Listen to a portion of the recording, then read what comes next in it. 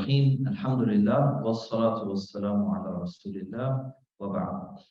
So we left off when the Muslims were being persecuted. The Prophet Muhammad sallallahu alaihi wasallam, peace and blessings be upon him, he gave them permission and actually gave them advice to migrate to a land called Abyssinia.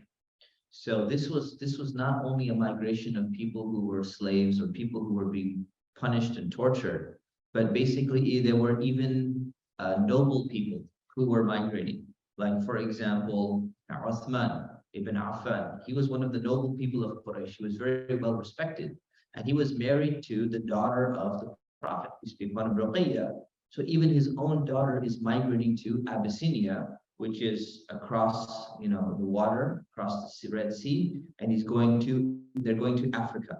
So this land, as I mentioned last time, was run by a king, and the king was given the title of Najashi. So he was known as a Najashi, or the Negus, and he was a Christian, and he was known to be somebody who was a just person, somebody who was fair. So the Prophet ﷺ got the information, and he said, you know what, you guys can go ahead and move and migrate to this land over there in the meantime until Islam becomes successful. So very similar to the story of Abu Dhar. Right? Abu Dhar was told, go back to your land and wait there and come back when you hear that Islam is victorious and the circumstances have changed. So these Muslims are being told to do the exact same thing. So everything seems like it's going to be fine. But keep in mind, the Quraysh, the tribe that's in charge of Mecca, do you think they're going to be happy about this? That Muslims are going somewhere else across the water into another place and they're seeking refuge over there? Number one, it's going to make them look bad. So they actually have trade relationships with Abyssinia, because Abyssinia was under the control of the Roman Empire. And the Quraysh, the people of Mecca, they'd be trading with the Roman Empire when they would go up to Syria, Greater Syria, the Levant at that time. So they had trade connections with Abyssinia as well. So this is going to hurt their reputation. That, hey, there's this group of people that fled Mecca and they're seeking asylum because the Quraysh are being so bad. So that's problem number one. Problem number two, it makes them look bad because Islam began in Mecca here. And it's like these people are escaping. We allowed them, we couldn't control our own people. We couldn't do something about it. So it's going to make them look bad from that sense, even internally in Mecca as well. So what did the Quraysh do? They sent 2 envoys to go and cause some problems for the Muslims over there. They picked Abdullah ibn Abi Rabi'a and they picked Amr ibn al-As. These 2 people, they were very eloquent, and they're like natural ambassadors. Every country, every community, they have like people who present themselves. They dress nicely and they can speak eloquently and they're very convincing. So they sent these 2 guys who knew exactly what they're doing. They said, you go to Abyssinia and you bring all those Muslims back, right? You bring them back somehow and we're going to take care of them. So like most ambassadors, they're going to try to employ and use every tactic that they can possibly can. And the 2 main tactics that are always used by politicians is bribery and misinformation. So they go and they arrive in Abyssinia. The Muslims already went there and they're happy and they're living fine and they're living under Christian rule of the Najashi under Abyssinia. Everything's going fine. They're doing their prayers and they have their own little small community and everything's fine. But the Quraysh go and send these 2 ambassadors. And the 2 ambassadors, they go, and the first thing they do is before they meet the king, they go and meet the council of the king. Kind of like the senators or the congressmen or something like that. And what they did was they, when you give a bribe, right? This is not teaching you how to bribe, by the way. This is not like, wikihow.com, how to give a bribe, right? It means this is what people generally do when they're giving a bribe. They don't say, hey, here's a bribe, right? What they're going to do is they'd be like, here's some gifts for you, right? It happens in American politics, you donate to a politician's campaign. Or you send them some gifts or something like that. They say, no, that's not considered to be a bribe. It's a donation for their campaign. So same thing happened. These 2 people, Abdullah and Amr, they come from Mecca and they have these special gifts that they had brought. And they said, we are Mecca, we get different goods from different parts of the world, because so many people come for Hajj to Mecca. They come from different parts of the world. They have different, bowls, ceramic bowls, and they have like different clothes and garments and nice things. So the first thing they did was they went to Najashi's council of people. They met with them and they said, "Hey, we're from Mecca. We're visiting you. You probably heard of us before. We're the people of Quraysh, and we just wanted to visit you, and we brought some gifts and some presents." So the first thing is they gave them some presents. So what does that do? It kind of butters them up, kind of warms them up, and say these are really nice people. These people are very friendly and stuff like that. And then they finally went and they addressed Najashi. And they told Najashi the speech has been preserved. So the first thing they said was, they said, some young fools have sought refuge in your kingdom. So now they're describing the Muslims as being fools. And number two, they're describing them as being young. And usually being young is associated with immaturity, right? Especially in that society. So you don't have much life experience. These young people, they're going through some phase in their life. They don't really know what they're doing. So there's some young people, they sought refuge in your kingdom. They left the religion of their people, but they didn't come into your religion of Christianity either. A very clever way of describing this. And they've abandoned the religion of their own people, but they haven't joined your religion either. So they're neither from us, nor are they from you. They're like third party outcasts. So they've come with a new religion, which neither of us recognizes. And the noble people, the honorable people from that society, they sent us to return them back home. They want us to bring them back home. Who sent us? Their parents, their uncles, their family members. So they sent us to bring them back because they know how to deal with them in a better manner. So beautiful presentation to Najashi, saying, this is the problem. This is the solution.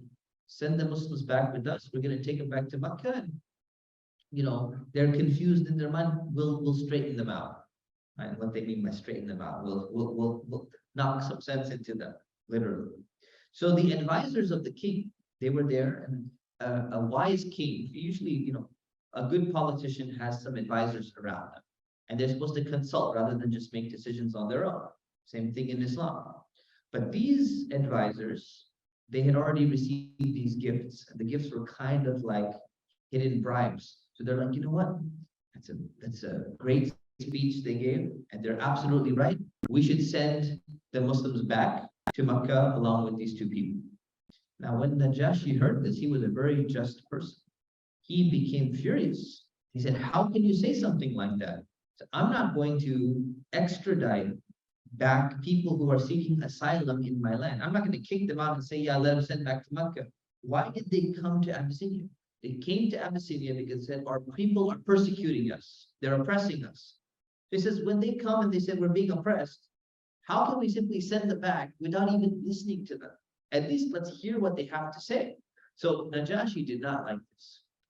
And this is a very noble characteristic that he had, because this is what people need to learn in life. He was a wise man. So whenever you're confronted with the problem, whenever somebody comes and says, this person is doing this to me, or they're doing this, or we need to do this to them, what should you always do? You always listen to both sides of the story. It doesn't matter how convincing one person's story is, you have to get the other side of the story, right? Because otherwise you're just making a judgment based upon what one person has told you about someone. You can't be just them, right? In a court of law, you don't listen to both sides. How can you know what's true and what's not true? So you have to be the same way, and Najashi was that type of person. So he said, okay, call the Muslims over here. So the Muslims came.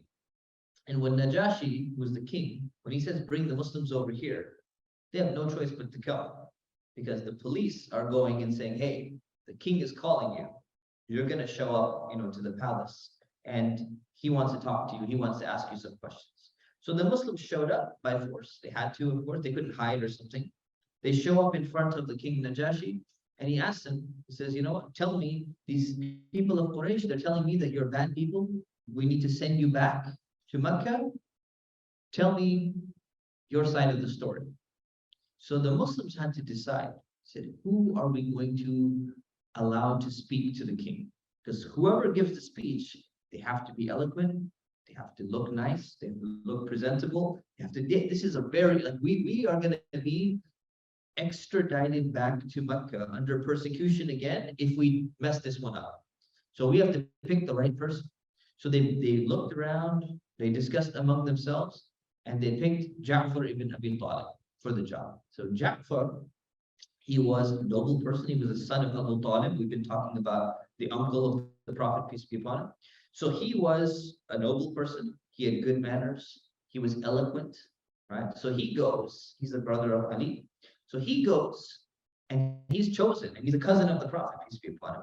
And he says, okay, I'll go ahead and speak. So he gives a speech, and the speech has been preserved in such a beautiful speech. It shows you how to present the message of Islam to other people. And it also shows you how to use wisdom when you're explaining Islam and you understand the person that you're talking to. So Ja'far spoke, and his speech went like this. He said, "Dear King, we were an ignorant people. We used to worship idols. We would eat the meat of dead animals that had not been slaughtered. This animal just dies, and we would just cut it up and eat it. We were used to doing obscene behavior. We would break family ties. We would not, take care of our families, and we would harm our neighbors. The strong people in our community of Makkah, they would oppress the weak people." And he's saying, look, he's describing what kind of life they lived. He's saying, this is the type of people we were. And he says, that's how we lived until Allah sent a messenger to us. Until God sent a messenger to us. And he's saying, we knew the nobility of this person. We knew the honesty of this person. But it's not like we didn't know him. It's like we'd never seen him. We knew his character. We knew his background. We knew all of these things. And what did he call us to do? He asked us to only worship God, only worship one God, to give up our inherited worship of statues and idols. Now, this is the key here, right? He's speaking to Najashi, who's a Christian. The Christians, at that time even, they worshiped God. And they didn't worship statues, even though there's worship of Trinity and worshiping Jesus and all that. Christians did not like the idea of idol worship, of actual statues and people praying down to statues and all that. So Ja'far first said, this is how we were. Then a prophet came to us. This is the description of the prophet. We knew he's a good person. And this is what he told us to do. And whatever he's telling them to do, Najashi's like, I can relate to that. I know that makes complete sense. So he says, he told us to do that. And then he told us to speak the truth. He told us to keep our promises. He told us to be good to our family. He told us to be kind to our neighbors. It's like beautiful qualities of Islam. And he told us to stay away from bad things. He told us not to shed blood and fight with people. He told us not to lie. He told us not to deceive others. Beautiful description. And then he said we should stop misappropriating the property of orphans.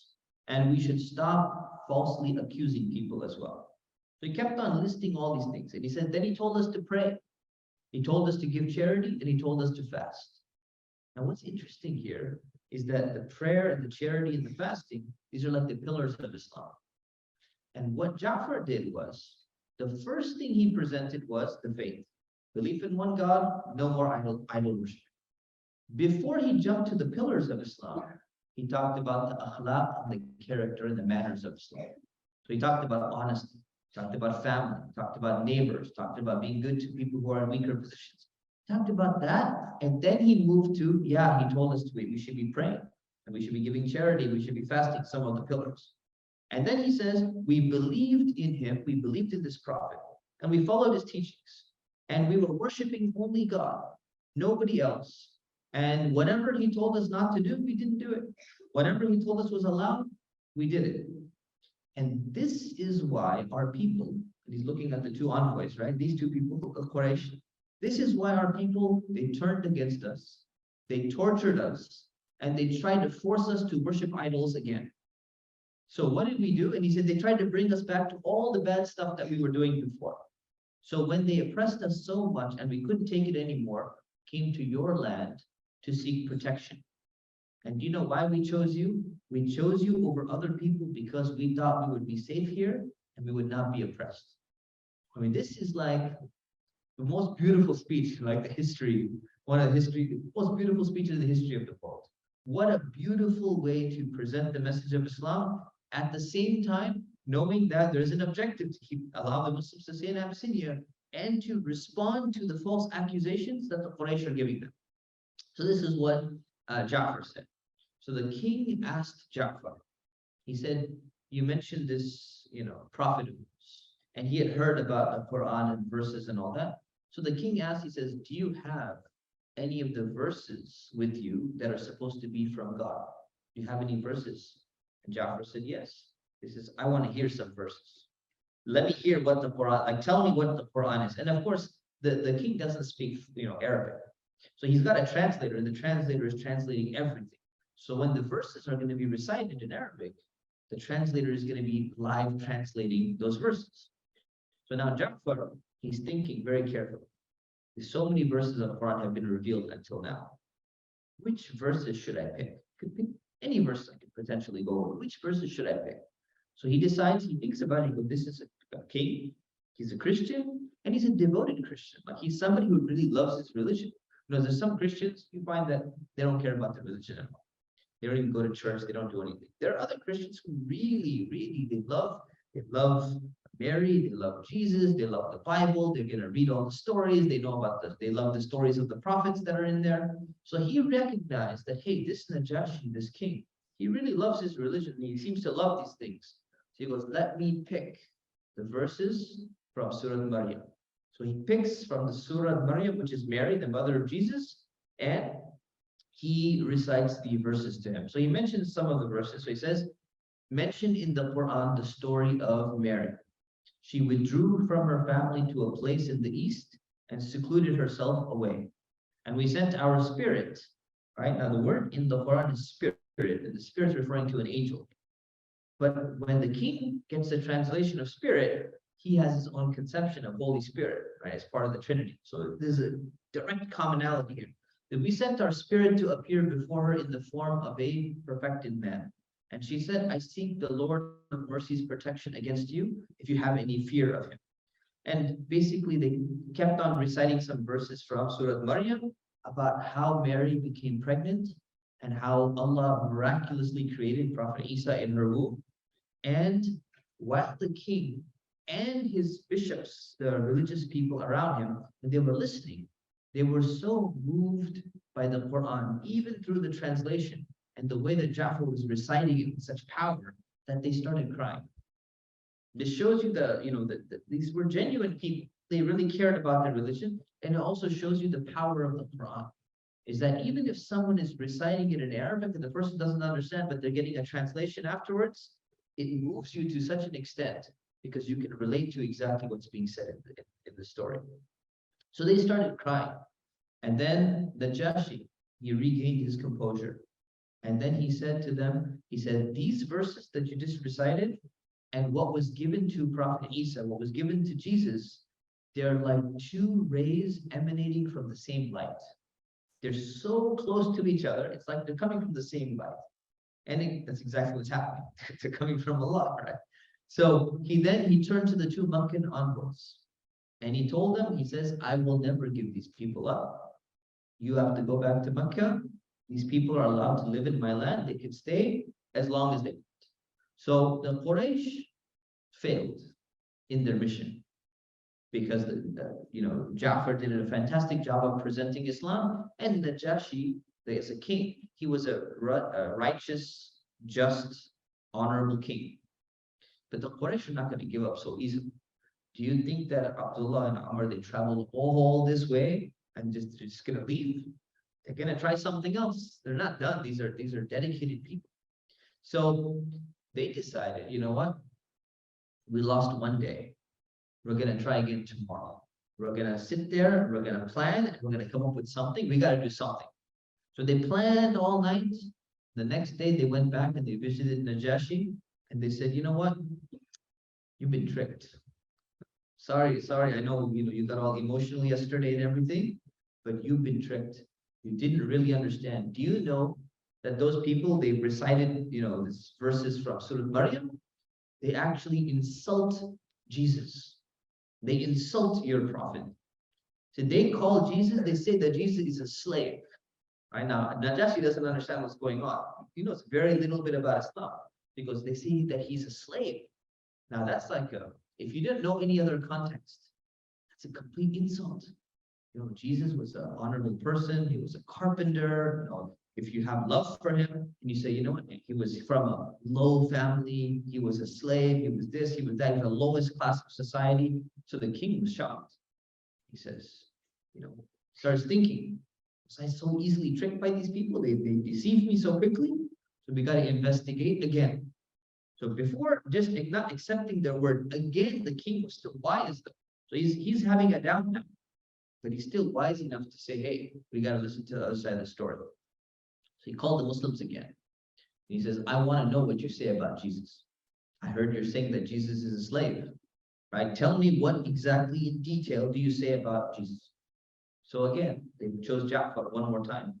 You did a great job yesterday. Do it again. Say something again. So Ja'far became the spokesman, and he responded. He said, look, when it comes to Jesus, we only say what our prophet has taught us. He says that Jesus is the servant of God, and he's the slave of God, and he is the messenger of God, and he is the word of God, and he is the spirit that was inspired to the Virgin Mary. This is what our prophet tells us. This is what Islam teaches us. So just very short, to the point. This is exactly what we mean by Jesus being a slave, and these people are twisting our word. But without going into all the details, this is exactly what Islam says about Jesus. Najashi, he was there, he was standing with them outside, like maybe outside or maybe somewhere where there was something on the floor, and he saw a stick on the floor, a little twig. So he bent down and he picked up the stick and he said, I swear by God that what Jesus said and what you're saying, there's no difference between that and the length of this little tiny stick. Meaning basically what you're saying is exactly what I'm finding when I read the Bible. Because Najashi used to read the Bible. And if you go and you read the Bible today and you look, even till today, if you look at what Jesus actually said, you're not going to find any difference with this description of what Islam says. There's other people who are writing other books in the Bible that say other things about Jesus. But what did Jesus actually say about himself? What did he claim about himself? Even if you read the books today, you'll find that it's not different than any of this. So he looked to the envoys again, and he made all of his counselors return all the gifts back. To give all the gifts back. We don't want any of their gifts. You guys can go back to Mecca. These Muslims are allowed to stay here for as long as they want. So when this incident happened, the Muslims were so happy. The news came back and reached Mecca that this incident happened. So the Muslims who were in Mecca, they were so happy that now more Muslims started migrating to Abyssinia, because they're like, hey, in the beginning, the first migration was very risky. You don't know what's going to happen. It seems like the king is good, but we don't know what's going to happen. We don't know if he's going to be stable. We don't know if there's going to be a revolution. Everything looks good now. So more Muslims start migrating to Abyssinia until their number reached 100. So they were actually in those early days, there were 100 Muslims in Abyssinia, and they lived there for many years. So that is what happened at that time. So now many of the Muslims have migrated to Abyssinia, and some of the Muslims, you know, maybe half and half or so, they're remaining in Mecca. The Prophet, peace be upon him, is still staying in Mecca. And he's still continuing to call the people to Islam. But there's very minimal success. People are really not, like, few people are accepting Islam, but the majority of the most powerful people are not accepting Islam. So this makes it very difficult. So in the 6th year, after it's been 6 years now, after the Prophet has received the first revelation. So one day, an incident happens in the 6th year of revelation, where Abu Jahl, we talked about him last time. Abu Jahl is known as the father of ignorance, right? The Muslims nicknamed him this. So Abu Jahl came and he walked up to the Prophet and he just blasted him, insulted him with the most disgusting of words in public in front of everybody else. And this is, you know, even though the Quraysh are against Islam, there's still some limits of decency, right? There's supposed to be some limits. And Abu Jahl goes and crosses those limits, right? Even if you look at today in the world today, in societies where they don't like Islam, or you have like, you know, some extreme party in some country, whether it's in America, or whether it's in Europe or somewhere else, When they want to insult Islam, they don't just openly do it. They pick their venues and they carefully use their words. They try to push the envelope a little bit further and further to open it up. So even the Quraysh, even though they're against Islam, they're hostile to Islam, they don't just openly go ahead and insult Islam and insult the Prophet openly. But Abu Jahl decided to do it that day. So he did that. What did the Prophet do? The Prophet did not respond, and he just went home. The normal response of the Prophet was not to respond back. Very seldom would he respond back. Now what happened was, right around that time, Hamza, who's an uncle of the Prophet, peace be upon him, he was coming back from a hunting expedition. Hamza was his uncle, not that much older than him, very loved to the Prophet, and he was also a very strong fighter. So he was known as a soldier, and he used to go and hunt. They say he used to hunt lions out, in the desert, stuff like that. So he's a hunter. People are afraid of him. He's very powerful. So when he came back from his hunting expedition, one woman came who heard the whole incident of what Abu Jahl did. And she went up to Hamza and she told him, she's like, do you know what happened to your nephew? Abu Jahl came and blasted your nephew in public. Don't you have any shame? What about your family honor? This is your family member, and look what Abu Jahl did. Aren't you going to do something about it? So Hamza, he's not a Muslim. Hamza just got so riled up, and probably he was hunting too, so got the adrenaline pumping and everything. And he got so riled up, he went straight to Abu Jahl, and he still had his bow on him, like a bow and arrow. Right? So he had his bow, and there's different types of bows, right? There's if you've ever anyone done archery? You've been for archery, right? There's some of the smaller bows, and then there's a long bow. And the long bow, the longer the bow, the further your arrow can shoot for distance shooting. So he had one of these longer bows. He had it around his neck. He took off his bow, walked straight up to Abu Jahl, and he whacked him across the head with his bow. Abu Jahl fell down. And it's 7:15, so we'll leave it right here. We'll continue the rest of the story next week, inshallah. All right. Questions from what we covered today? Nothing? Okay. We will see you next week, inshallah. Subhanakallahumma wa bihamdik. Ashhadu an la ilaha illa ant. Astaghfiruka wa atubu ilayk. Assalamu alaikum.